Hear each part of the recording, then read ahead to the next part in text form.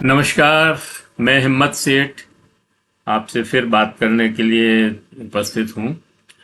आज दोस्तों दो बातें करनी है। एक तो ईरान ने आज आधी रात में इजराइल पर बड़ा हमला किया है 300-400 मिसाइल से, उसके ऊपर कुछ बात करेंगे। और दूसरी बात करेंगे हमारे लेह लद्दाख से सोनू वांगचुक जो पर्यावरणविद हैं, पर्यावरण का एक्टिविस्ट हैं, उनकी जो पदयात्रा चल रही थी वो उनको दिल्ली पहुंचने के पहले ही गिरफ्तार कर लिया गया। तो इन दोनों पे बात करेंगे। बात करने की पहले ये अपील, आपने अगर हमारे चैनल हिम्मत सेठ यूट्यूब चैनल को सब्सक्राइब न किया है तो सब्सक्राइब कर दें, बेल आइकन दबाना न भूलें। और अगर वो वीडियो अच्छे लग रहे हैं तो लाइक करें, कमेंट करें, सुझाव दें। आपके कमेंट और सुझाव हमें और बेहतर करने की ओर अग्रसर करेंगे। तो इसके बाद मैं आपसे बात शुरू करता हूं। कल रात को 11-12 बजे के लगभग, 11 बजे से ही समझ लीजिए, ईरान ने इजराइल पर बहुत ही जोरदार हमला बोला और 300-400 मिसाइलों के साथ हमला बोला। ये इजराइल पर ईरान का सबसे बड़ा हमला था। और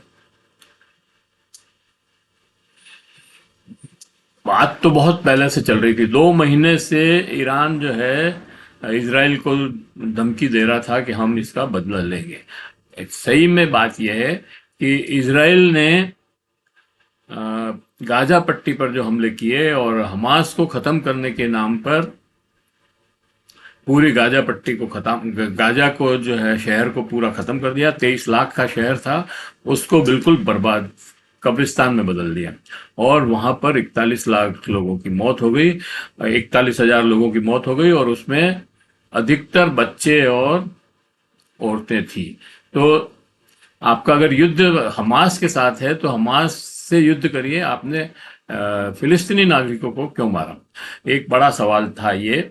और दूसरी बात ये थी कि हमास का जो सबसे बड़ा नेता था, सनसनवार या ऐसा ही कुछ नाम है उसका, तो उसको ईरान के अंदर टारगेट करके मारा। इसी तरह से इसके पहले ईरान के राष्ट्रपति को मार दिया था। और अभी फिर हिजबुल्ला को, हिजबुल्ला के जो सुप्रीमो थे नसरुल्ला, उनको अटैक मतलब टारगेट करके उनको भी मारा।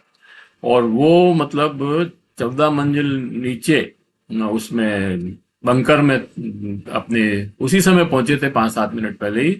और तो पूरी उनके पास मतलब इजराइल के पास पूरी खुफिया जानकारी थी, और उसको उन्होंने वहां बड़ा अटैक करके उसको ध्वस्त कर दी, सारी इमारत को। और उन जो बंकर तोड़ने की जो बम होते हैं उनसे हमला किया और उनको, उनकी हत्या कर दी। तो इस तरह से मतलब लगातार इजराइल जो है भड़काऊ कार्रवाई कर रहा था, एक तरह से कहना चाहिए कि। और उसके बाद उसमें मतलब उसको मारने के पहले 5,000 पेजर्स पे पेज में विस्फोट करवाया, जिसमें काफी 13-14 लोग मर गए और काफी लोग घायल हुए, 600-700 लोग घायल हुए शायद।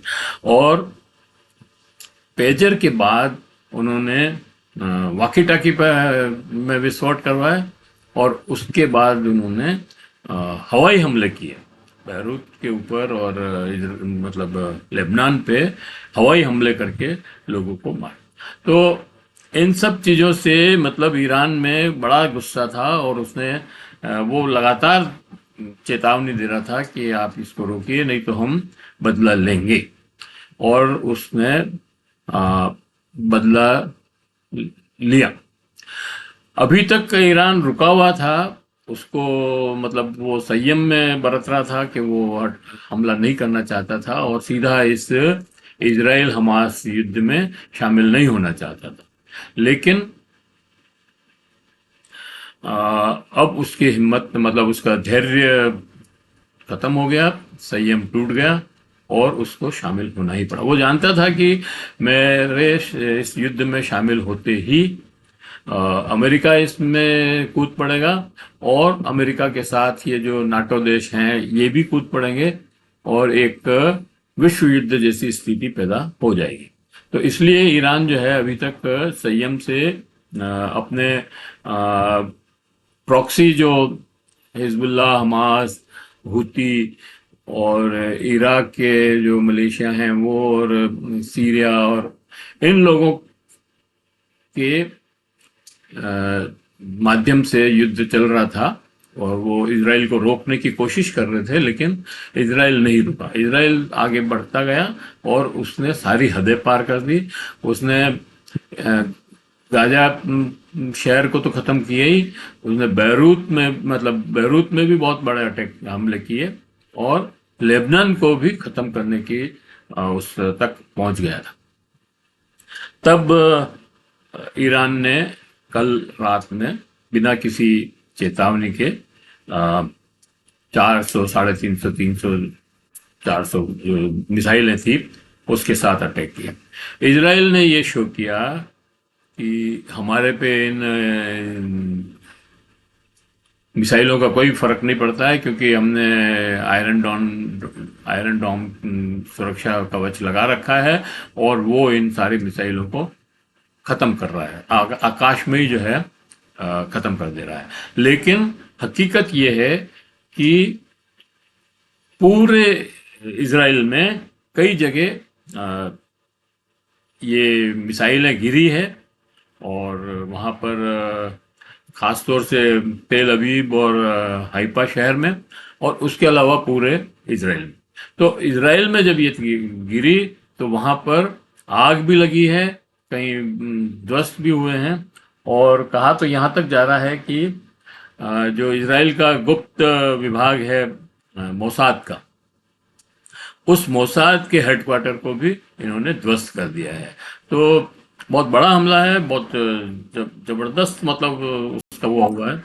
सारे वहाँ पे जो वो थे, क्या नाम उनका, सारे नागरिकों को बंकर में जाने के लिए बोल दिया है और चेतावनी दी है कि आप सब बंकर में नीचे चले जाएं। और इस तरह से मतलब तो उसका इस हमले का बहुत बड़ा असर हुआ है। अब खतरा ये है कि इस हमले के होते ही मतलब अमेरिका भी इसमें कूद पड़ेगा और अमेरिका के कूदने के साथ साथ नाटो देश भी इसमें कूदेंगे और इतना ही नहीं, ईरान की तरफ से भी रूस, चीन और नॉर्थ कोरिया, ये तीनों देश भी और भी कुछ इस्लामिक देश जो इस एरिया में हैं वो सब मिलकर के भी इजराइल पर और अमेरिका के युद्ध पोतों पर हमला करेंगे। इन सब के शामिल हो जाने से एक बहुत ही गंभीर स्थिति पैदा हो जाएगी और विश्व में ये एक तरह से तीसरा विश्व युद्ध हो जाएगा। उधर यूक्रेन और रूस का युद्ध तो चल ही रहा है और कोई भी युद्ध मतलब अब सीमित नहीं हो रहा है, मतलब कोई 10 दिन खत्म हो जाएगा या 15 दिन में खत्म हो जाएगा आप नहीं कह सकते। मतलब हमास इजराइल का युद्ध भी लगभग 10 महीने हो गए हैं या साल भर होने वाला है कि वो चल ही रहा है। अक्टूबर में हाँ 1 साल हो जाएगा। और इसी तरह से यूक्रेन और रूस का युद्ध लगभग 3 साल हो जाएंगे। तो युद्ध कोई जो है जल्दी खत्म होने वाले नहीं है और युद्ध होंगे तो बहुत सारी दिक्कतें बढ़ जाएगी। बहुत सारा माल जो उधर से आता है वो रुक जाएगा, खासतौर से क्रूड ऑयल जो देश में सारे विश्व में सप्लाई होता है वहां से, ईरान और इराक और मतलब वो जो ईस्ट मिडिल ईस्ट का जो एरिया है उससे, वो या तो उसके दाम बहुत गड़बड़ हो जाएंगे, अभी बहुत बदलाव आएगा। तो इस तरह से इसका बहुत नुकसान है। लेकिन हमारे यहाँ जो विश्व में शांति स्थापित करने के लिए यूएनओ बना रखा है वो कुछ भी नहीं कर रहा है। और वो करे क्या, वो तो अमेरिका का पिट्टू है, तो अमेरिका जब कुछ नहीं कर रहा है, तो यूएनओ क्या कर सकता है? और यूएनओ और अमेरिका ये धमकी दे रहा है ईरान को कि हम तुमको खत्म कर देंगे। लेकिन जब अफगानिस्तान में 20 साल रहने के बाद भी अमेरिका कुछ खत्म नहीं कर पाया, मतलब कोई ज्यादा बिगाड़ नहीं कर पाया और उसको वहां से भागना पड़ा, तो ईरान में तो काफी दूर है अमेरिका तो ईरान को। और अफगानिस्तान से ईरान तो बहुत बड़ा भी है और ताकतवर भी है। उसके पास ड्रोन और मिसाइल्स और ये भी है, और अब तो वो मतलब एटॉमिक पावर का भी सेंटर होने वाला है, मतलब उसके पास इसने परीक्षण वगैरह कर लिए हैं। तो ये सारी स्थिति है। हम तो यही चाहते हैं कि ये युद्ध समाप्त हो जाए और ये खून खराबा रुके। और आज 2 अक्टूबर है, महात्मा गांधी की का दिन है, और अहिंसा दिवस के रूप में आज के दिन को मनाते हैं। और आप दुर्भाग्य देखिए इस विश्व का कि अहिंसा दिवस के रोज ही इतनी बड़ी हिंसा हो रही है। और कोई भी मतलब विश्व में एक भी नेता ऐसा नहीं है कि जो इस युद्ध को रुकवा सके। ये हमारी त्रासदी है। जबकि युद्ध से कोई फायदा नहीं है, युद्ध से कोई मसले हल नहीं होते हैं। ये बात तो बहुत बार आ गई है कि युद्ध के बाद भी आपको टेबल पे तो आना ही पड़ता है, बातचीत करनी ही पड़ती है। तो ये एक बहुत ही त्रासदी भरा समय है। अच्छा, अब दूसरी जो आज मुख्य खबर के अंदर मैं सोच रहा था कि उस पर बात करूंगा, तो वो है सोनू वांगचुक। सोनू वांगचुक एक एक्टिविस्ट हैं और वो विशेष तौर पे पर्यावरण पे काम कर रहे हैं। जब ये 370 अनुच्छेद 370 हटाया था भारत सरकार ने, तब सोनू वांगचुक भी उन लोगों में से थे जिन्होंने उसकी प्रशंसा की थी। और उनको लगा था कि अब हमारे पे जो कश्मीर का जो जम्मू कश्मीर के लोग जो हमारे ऊपर दादागिरी करते हैं या हमारे हकों को मार रहे हैं, उससे हम आज़ाद हो जाएंगे और अब हमें सीधा जो है लाभ मिलेगा, हमारा विकास भी होगा और बाकी चीज़ें। लेकिन ऐसा हुआ नहीं। 5 साल से वो इसके इंतजार में थे, बल्कि उसका उल्टा हुआ। उल्टा ये हुआ कि 370 हटने के बाद वहाँ की जो जॉब्स थे वो खत्म हो गए, काम कम हो गया और वहाँ पर बेरोजगारी फैल गई। बेरोजगारी फैलने की वजह से वहाँ पर एक बहुत ही आक्रोश लोगों में पैदा हो गया। दूसरी बात यह है कि उनको ये कहा गया था, वहाँ जमीन की बंदरबांट चालू हो गई, और ख़ास तौर से उन पहाड़ियों में जहाँ बहुत ही मूल्यवान जो है मिनरल है, उन पहाड़ियों पर अडानी अंबानी जैसे लोग कब्जा करने लगे। तो उनका माथा ठनका और उन्होंने भारत सरकार से बात करने की कोशिश की। भारत सरकार से बात करने पर